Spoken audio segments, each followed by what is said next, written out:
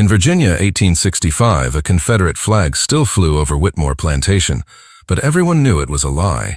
The South was bleeding to death, and I could smell the rot in the air like flowers left too long in a grave. My name is Seraphina, and I had been the property of Master Edmund Whitmore since I was 16 years old. But tonight, everything was about to change. I stood in the shadows of the big house, my hand pressed against my swollen belly, feeling the child inside me kick against my ribs, like he was already fighting to be free. This baby growing inside me wasn't just any child, any child. This was Master Whitmore's son, conceived on a night 3 months ago when grief and whiskey had made him forget that I was supposed to be his property, not his comfort. But here's what will haunt you about my story. This child I'm carrying is about to destroy every rule that keeps Virginia society from tearing itself apart. Because when a slave woman gives birth to her master's heir, someone has to decide who really owns who. And the answer might shock you more than you can imagine. You see, Master Whitmore's wife had died in childbirth 2 years earlier, taking their only legitimate son with her. The fever had claimed his other children the winter before that. This plantation, this empire built on the backs of 300 enslaved souls, had no heir, no one to inherit the Whitmore name, the Whitmore wealth, the Whitmore power. No one except the mixed-race child growing in the belly of a slave woman who had learned to read by candlelight and could calculate cotton profits better than any white overseer in Virginia. The night my son was born, Master Whitmore paced outside my cabin like a man waiting for his own execution. Dr. Harrison, the same physician who had delivered white babies for 30 years, attended to me with hands that shook not from age but from the impossibility of what he was witnessing. When my son's cries finally filled the room, piercing the Virginia darkness like a battle cry, Master Whitmore burst through the door with eyes wild as a man seeing ghosts. The baby was beautiful, light enough to pass for white, with his father's gray eyes and features that could belong to either race, depending on who was looking and what they wanted to see. His hair was dark but straight, his skin pale enough that no one would question his parentage unless they were specifically looking for reasons to doubt. "He's perfect," Master Whitmore whispered, taking the baby in his arms with the wonder of a man who had never expected to hold his own child again. Fanguda, absolutely perfect. But I saw something else in his eyes as he held our son. I saw calculation. I saw opportunity. I saw a man realizing that this child could solve every problem that was keeping him awake at night. That's when he said the words that would change everything. "Seraphina, this boy is going to inherit everything I own, and you're going to help me make sure he can claim it." What happened next was so audacious, so impossible, that even I didn't believe it at first. Master Whitmore had a plan so dangerous that it could get us all killed, but so brilliant that it might actually work. He was going to make me his wife. Not legally, of course. Virginia law would never allow a white man to marry his slave, but there were ways around laws for men with enough money and desperation. He had already started the paperwork to manumit me, to legally free me from bondage. Once that was done, I would become Miss Seraphina Beaumont, a free woman of color from New Orleans, who had come to help manage his household after his tragic losses. "But the neighbors," I whispered, terrified by the scope of what he was proposing. "They'll know who I really am, will they?" he asked, his eyes gleaming with a fever that had nothing to do with illness. "You've been working in the big house for 5 years. You speak better English than half the plantation wives in the county. You know more about running this place than I do, and with the right clothes, the right background story." He paused, looking at our son sleeping peacefully in his arms. With the right motivation, people believe what they want to believe. The transformation began immediately. Master Whitmore, William, as I was now supposed to call him, burned every document that connected me to my slave past. He bought me dresses fit for a lady, jewelry that marked me as a woman of quality, books to help me perfect the accent and mannerisms of New Orleans society. Most importantly, he began introducing me to the community as his distant cousin's widow, a woman who had lost her husband in the war and had come to help him manage his affairs. The story was plausible enough. The chaos of war had scattered families across the South, and many people were living with relatives they barely knew. Some neighbors were suspicious, of course. They wondered why they had never heard of this cousin before, why she seemed so familiar with the workings of the plantation, why Colonel Whitmore seemed so devoted to her comfort and opinions. But suspicion wasn't proof. And William's reputation as an honorable man bought us time to establish our new reality. The hardest part was facing the other slaves. The people who had been my family, my equals in bondage, now had to curtsy when they saw me and call me Miss Seraphina, with voices full of confusion and resentment. "You think you're white now?" Sarah, the cook who had taught me to make cornbread, asked one day when she thought no one could hear. "You think that baby makes you better than us?" I should have explained, should have told her the truth about what William and I were trying to accomplish. But the masquerade required absolute commitment. Any crack in the facade could bring the whole structure crashing down. "I think I'm the mistress of this house," I replied, my voice carrying an authority that felt foreign on my tongue. "And I think you need to show me the respect that position demands." The words tasted like poison, but they were necessary. Every day I had to become someone I barely recognized. I had to learn to give orders to people who had once been my friends. I had to pretend that their suffering meant nothing to me, that my comfort was more important than their freedom. But at night, when I nursed my son in the privacy of what had once been the master bedroom, I reminded myself why we were doing this. This child, Thomas William Whitmore, would grow up free. He would inherit one of the largest plantations in Virginia. He would have opportunities that no slave's child had ever dreamed of. And maybe, just maybe, he would use that power to change things for everyone else. The real test came when Thomas was 8 months old, and we attended the wedding of a neighboring planter's daughter. It was the largest social gathering in the county since before the war, and everyone who mattered in Virginia society was there to see and be seen. I dressed carefully for the occasion, choosing a deep green silk dress that complemented my complexion without being too bold. Thomas wore a miniature version of his father's formal attire, looking every inch the young gentleman he was being raised to be. The whispers started the moment we arrived. I could feel eyes following us as we moved through the crowd, could hear fragments of conversation that stopped abruptly when we approached. "She's certainly exotic looking," I heard one woman say to her companion. "Almost foreign. Are we certain she's really from New Orleans?"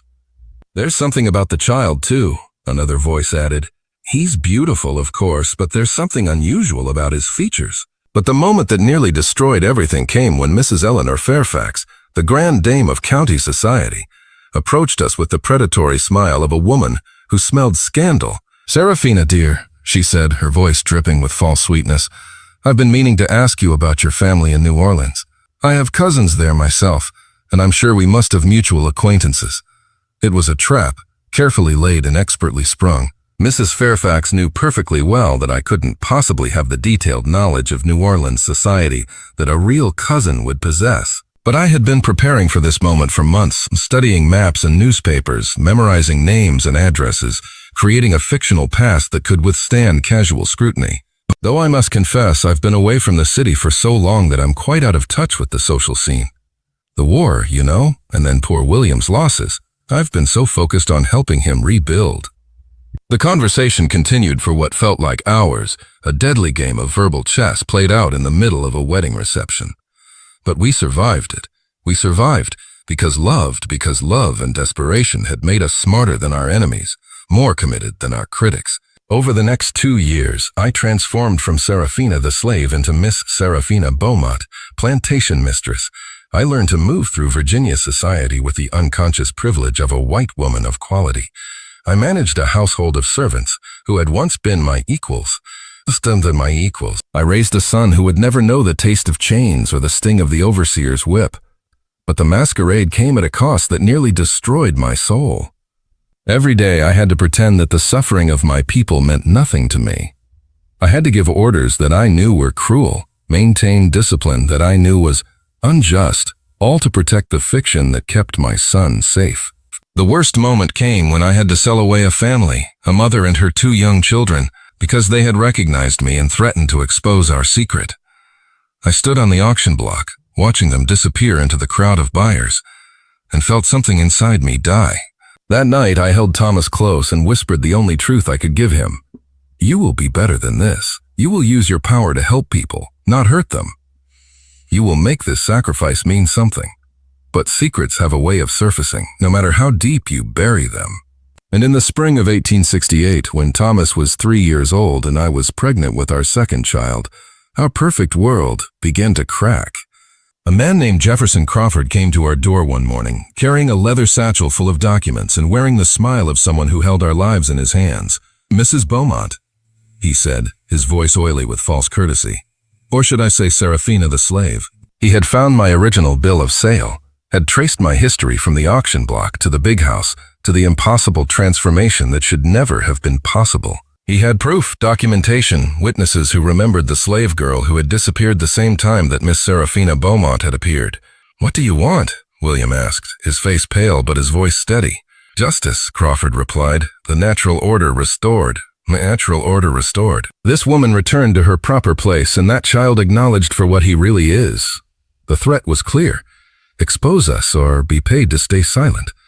We had built our new life on love and hope, but it would be destroyed by greed and hatred. That night, as we held each other and our son slept peacefully between us, we made the hardest decision of our lives. I would disappear.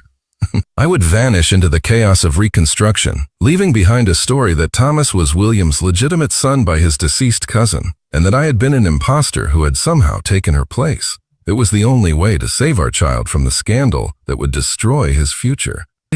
Future. The last came too soon. I kissed Thomas goodbye while he slept, my tears falling on his peaceful face as I whispered all the love I couldn't stay to give him. "Remember that your mama loved you." I breathed against his soft hair. "Remember that you were born from love, not shame. And when you're old enough to change things, remember all the people who don't get to choose their own stories."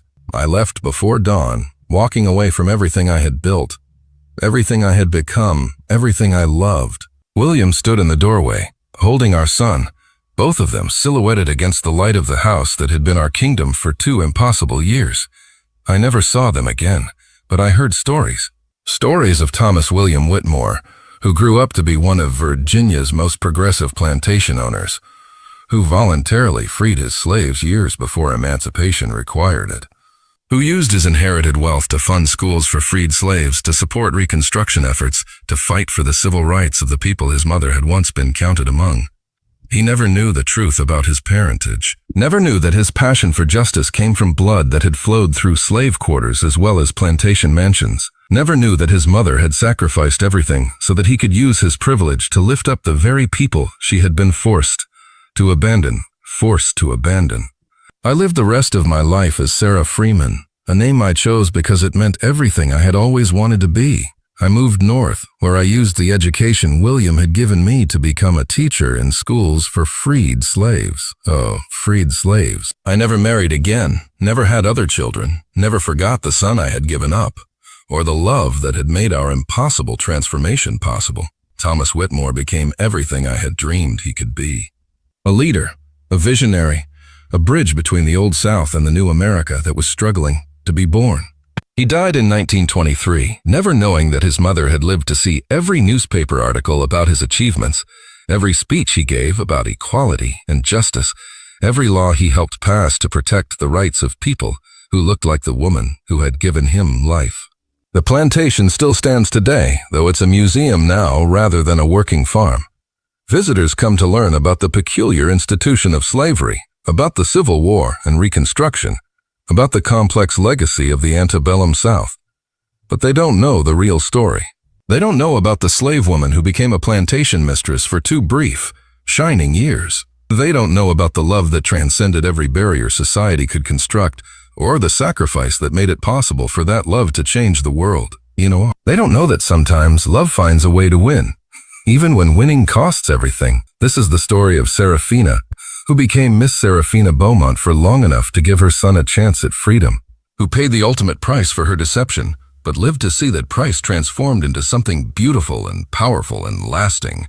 Her grave is unmarked, in a small cemetery outside Philadelphia, where she lies under the name Sarah Freeman. But her legacy lives on in every law her son helped pass, every school he helped build, every person whose life was made better because a slave woman dared to love her master and dream of something impossible. Sometimes the stories they buried are the ones that changed everything. Sometimes the voices they silenced were the ones that sang the loudest songs of freedom. And sometimes the greatest victories are the ones that cost us everything we thought we wanted, but give us everything we never knew we needed. Subscribe to Buried Truths if this story moved you. because there are so many more like it. Stories of ordinary people who did extraordinary things, who loved against impossible odds, who sacrificed everything for the chance to make the world a little more just. The stories they buried are the ones that matter most. The voices they silenced are the ones we need to hear. And the truths they tried to erase are the ones that will set us all free. This is Buried Truths, and Seraphina's love story will never be forgotten again.